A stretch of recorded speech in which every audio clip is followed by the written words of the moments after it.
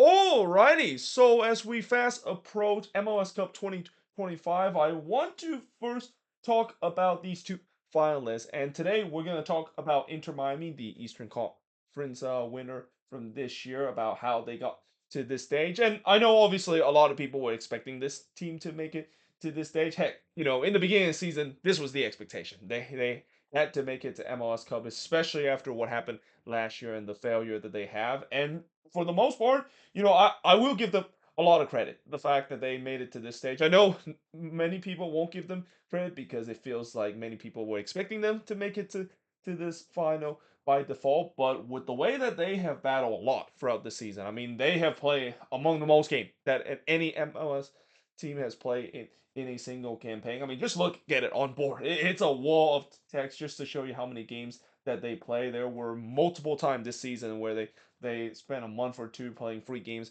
in 7 days, and they have their adversity that they had to face throughout the season as well, especially from what we saw in the regular season, at least around the the middle of May and also near the end of April, how things were falling apart from this team, and also the failure in terms of what we saw in the Concacaf Champions Cup and the Leeds Cup as well, and the pressure that they had in the playoffs. That's not an easy thing to deal with. I mean, I don't care how good your team is, and I don't care if you even have the goat himself, just kind of doing a carry job for out this season with this team.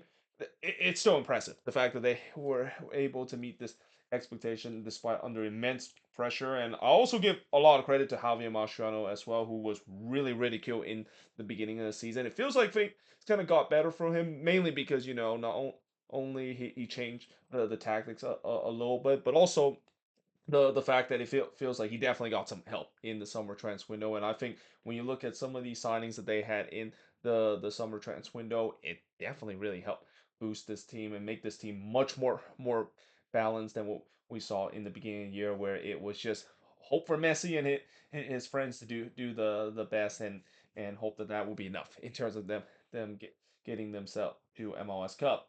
Now, the season started all the way back in February. It's been a long season for Inter Miami. In fact, this is now around the 10th month that Inter Miami is going to be playing, and they start all the way back in February 19, where they were able to win 1-0 against Sporting KC. And what's kind of interesting about that matchup was that matchup was in freezing condition. I mean, it was almost in sub-zero temperature at that night against Sporting KC, and the fact that they were able to walk away with a 1-0 victory is pretty impressive considering it's still early in the season.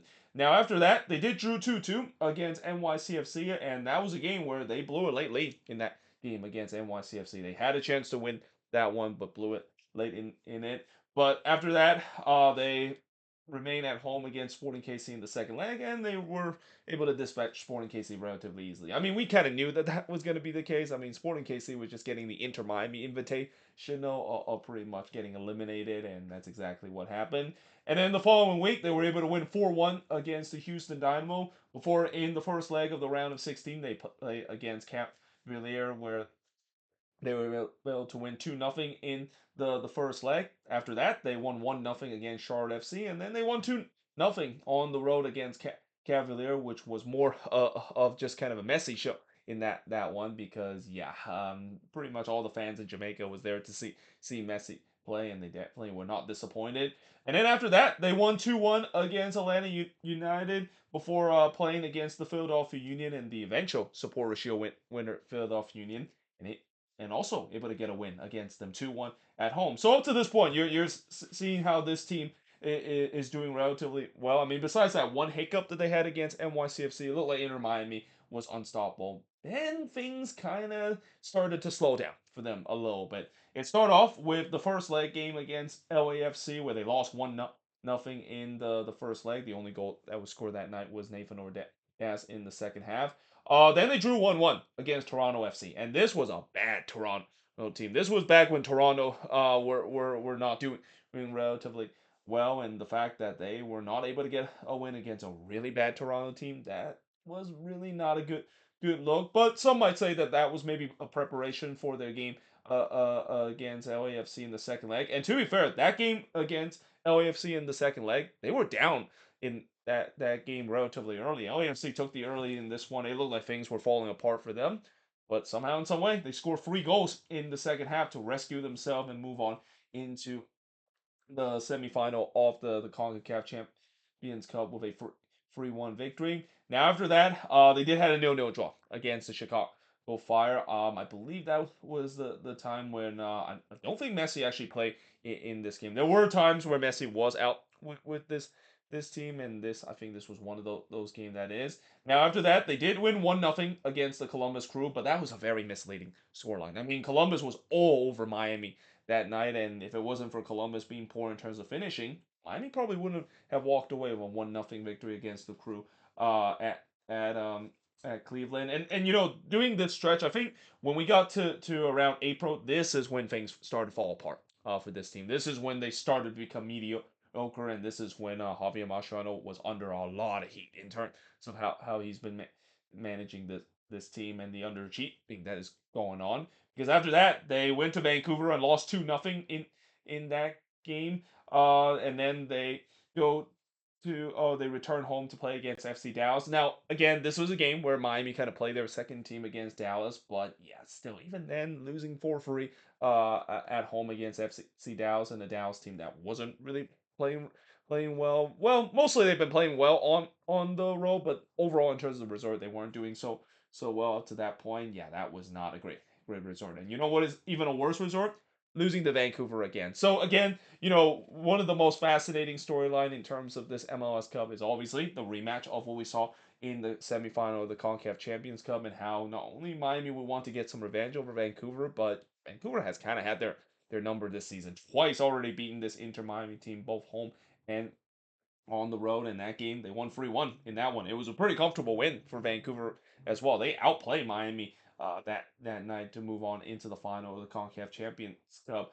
And then on May 3rd, on their return back into league form, this was probably a much needed victory for them. I mean, again, things were not looking well for Inter Miami up to this point, but yeah, they got a much needed 4-1 win against the New York Red Bulls. But then in May 10th, that 4-1 win that they had against the Red Bulls, it feels like that was a mirage of a turnaround, because they got absolutely smacked by Minnesota. And I was at that game too, and I was kind of stunned seeing how Miami kind of got ripped apart. I mean, I was kind of stunned, but also not surprising, because one of the biggest issue for Miami up to that point this season is that when they face against a counter-attacking team and a team that likes to play on the transition, yeah, they get ripped apart very easily. And guess who they play against? A team that does that. Yep, it's that Minnesota team. Eric Ramsey, in terms of the Ramsey ball before they become a set piece merchant, was a really good counter attacking team. And I mean, Miami just got absolutely blitzed by Minnesota in terms of the transition throughout that entire game, and also not to mention the long throw in as well. Miami had no answer in terms of the long throw in, and also the set pieces. That was also another major problem that this team had in the beginning of the season. And then they followed that with a 3-3 draw against the San Jose Earthquake, a game that I was also there for that one. And the Quakes did very well in that one. They actually had a lead at one point in that game, but ultimately it ended in a 3-3 draw. But after that, they lost 3-0 to Orlando City at home. Again, this is when you start to really see the problem that this Miami team has. But also, I think that 3-0 loss to Orlando City, that was kind of rock bottom for this Inter Miami team. This is when it was a full blown crisis with this team, with how bad of a run of form that they had ever since they got into April. And now people were starting to talk about the unthinkable of the fact that, is this team even going to make the playoffs? Because look where they are in the standing. They're just barely above the red line up to this point. Now, they do move on to the next game against the Philadelphia Union, and things were looking dire in that game either. They were 3-1 down in that game against the Union, but somehow in some way they found their magic. And I think that come from behind resort to get a draw, that was really kind of a turning point for this team, because up to this point, not only the fact that this team was not playing relatively well, but there was a lot of concern about heading into the Club World Cup as well. The fact that, yeah, it feels like they're going to get absolutely shellacked in the Club World Cup with the form that they've been in. But that comeback that they had against the Union, little do we know, that really started them in terms of getting themselves back into form because after the free draw, they won 4-2 against Montreal, and then they put up a 5 spot against the Columbus Crew, and the Crew were definitely a good team even at that part, and you usually do not see Wilfred Nancy's side getting absolutely smacked like that, but Miami did exactly that, and that was a much needed too because now heading into the Club World Cup, at least they have some momentum in their hand. Now in the first game, they drew 0-0 to Al Ali, and they were a little fortunate that they drew 0-0 in that game because yeah, they did not play well in that first game. Al Ali had their moments in that one, and that was a game where Osari made some huge save multiple times, including saving a penalty kick in that game. But then they beat Porto 2-1 the following game. Now this obviously, I know that some people might expect it because the fact that Porto hasn't really been is not one of the tougher European team, but still, for an MLS team to beat a European team, which is something we have never seen before in this league history, that was definitely the monumentalist, and that turns out to be enough because they got a 2-2 draw against Palmeiras. That was a game where Miami should have won that one. I mean, they were leading in that game against Palmeiras, only to give up a late goal to draw points, something that you usually don't see this Inter Miami team do. But they drew 2-2 in that one, and because of the draw, they got a tougher for a draw heading into the round of 16, and this was kind of a death sentence with them playing against PSG, the reigning European champion as well. And yeah, they didn't do so well in that game. They lost 4-0 against PSG. PSG pretty much completely outclassed Miami throughout that game. So yeah, obviously when you look at the Club World Cup, I would still say it was somewhat of a success for this Inter Miami side. I mean, I know some people might think it wasn't because of the way that they didn't really go too deep in this tournament, but considering the fact that they have to face against some really good team, and also eventually have to face against the European champion and a team that only went all the way to the final of the Club World Cup as well. Yeah, I wasn't surprised the fact that they absolutely got blown out in that game. But now it's all about how they'll do when they come back into their league form. Well, it got a little bit better. At least in the first 3 games, they won 2-1, or they won 4-1 against Montreal on the road before getting a 2-1 road win against New England. Then they got a 2-1 win against Nashville, but then things started to kind of fall apart for this team again. Started with a 3-0 loss against FC Cincinnati, though that was a game where I believe Messi didn't play in that game either.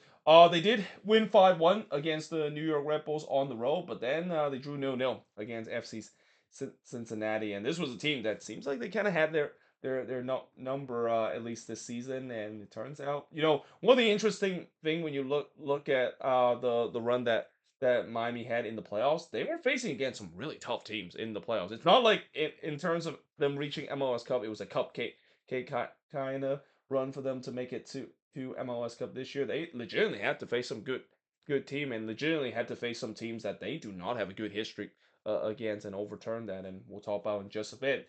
Now, heading into the Leeds Cup in the group stage, they won 2-1 in their first game against Atlas, and then they won in the PK shot against Necaxa. That was a really ugly game that they had against Necaxa. I believe they had a red card in that one, and eventually they won 5-4 in the PK shootout. They did win 3-1 against Pumas in the last group stage as well to propel them to make it into the the round of 16, or at least the quarterfinal. Actually, that is. There's no round of 16 this year in the Leeds Cup.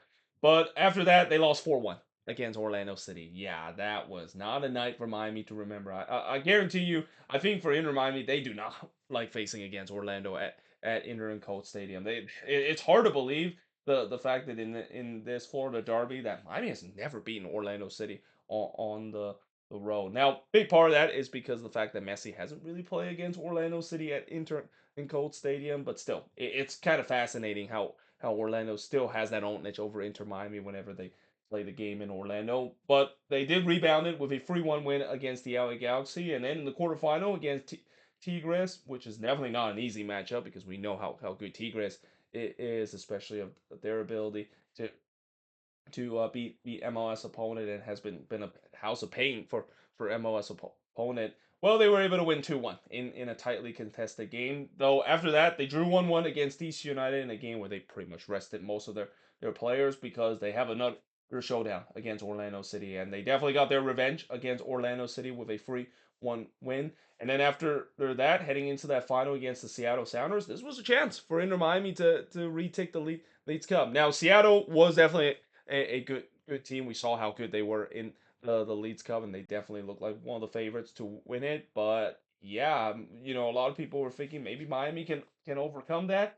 No, they didn't. They lost 3-0 in that game, and this really is a game alongside with the Concacaf Champions Cup where it just once again made Miami fans blood boil. The fact that this team just cannot get over the hump, and this is where again I mentioned heading into the playoffs, where despite the fact that Miami had a pretty good run to come into the playoffs, there was a lot of expectation and also just immense pressure on this team. I mean, if this team does not make it to MLS Cup, it would just be a catastrophic failure of this season, and something tells me Javier Mascherano might be fighting for his job as well. I mean, that's kind of crazy to say for a team that actually had a pretty respectable season, but this is Inter Miami we're talking about. If you don't win trophy, it doesn't matter how good you do in the regular season. No trophy, you're potentially going to end up in the chopping block. And then after that, they followed that with a 3-0 loss to Charlotte FC. So they were definitely still feeling the after effect of losing in that cup final in the Leeds Cup. But they did get their revenge against Seattle on September 16 with a 3-1 win. Though again, Seattle would definitely take that trade off. I mean, they'll definitely take them beating them in the most vital game in the final rather than the regular season. Then they win 3-2 against DC United before winning 4-0 on the road against NYCFC. Then they drew 1-1 against Toronto FC. Again, this was part of the time when Toronto just simply they were the draw kings of MLS. They simply are drawing a lot of games up to this point. So I'm not surprised Miami become the latest victim because of that. But then after that, they lost 5-3 to the Chicago Fire at home. And again, this is where, we've seen this before throughout the season where there were times where there was a little uncertainty with Inter Miami form of them not playing relatively well.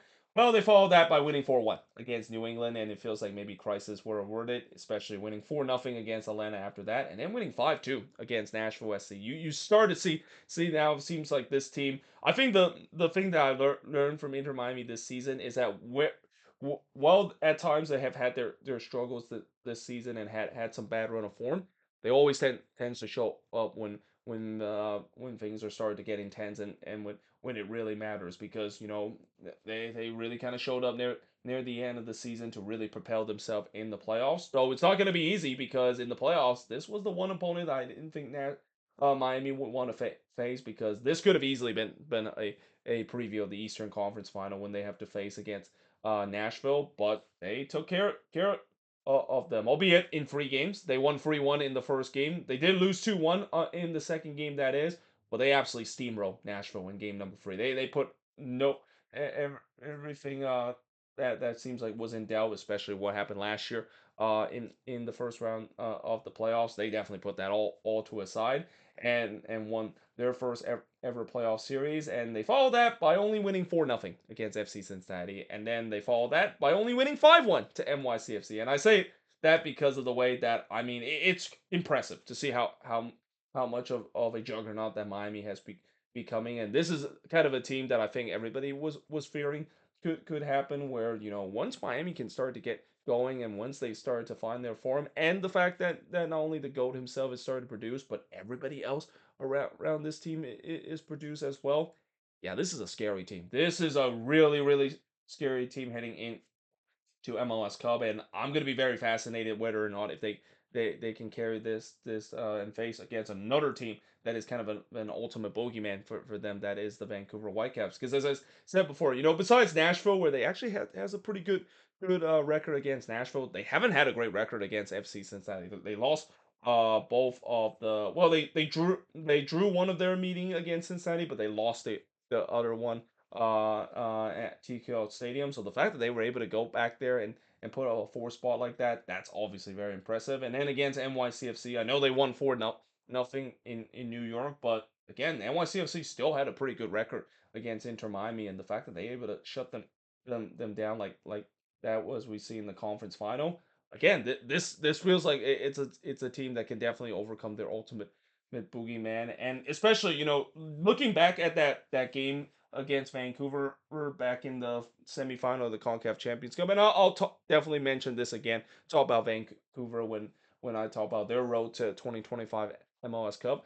It feels like the meeting between both of these teams has completely changed ever since then. I don't think Miami was as good as what we saw back in April when they played against Vancouver as it is now. They definitely don't have the structure and the players that are definitely there to not only help out Lionel Messi but also make him even better right now. This does make it a very interesting final, and I know Vancouver also has gone stronger too. They also have some of their key players back, and also not to mention they didn't have to Miami didn't have to face Thomas Muller back in April as well. But yeah, should be very fascinating to see how this MLS Cup is going to do, and we'll definitely talk more about it as we go along, especially talking about that in the preview in about a day before the actual game happened on Saturday. But either way, hope you guys enjoyed this video. If you do, make sure you like, smash the subscribe button. Let me know in the comments below what do you think of this video. Of course, we're gonna be talking about Vancouver next as well in terms of how they got to the 2025 MLS Cup. Most likely that video will be released tomorrow as well. But until then, hope you guys enjoyed this video, and I will see you guys next time.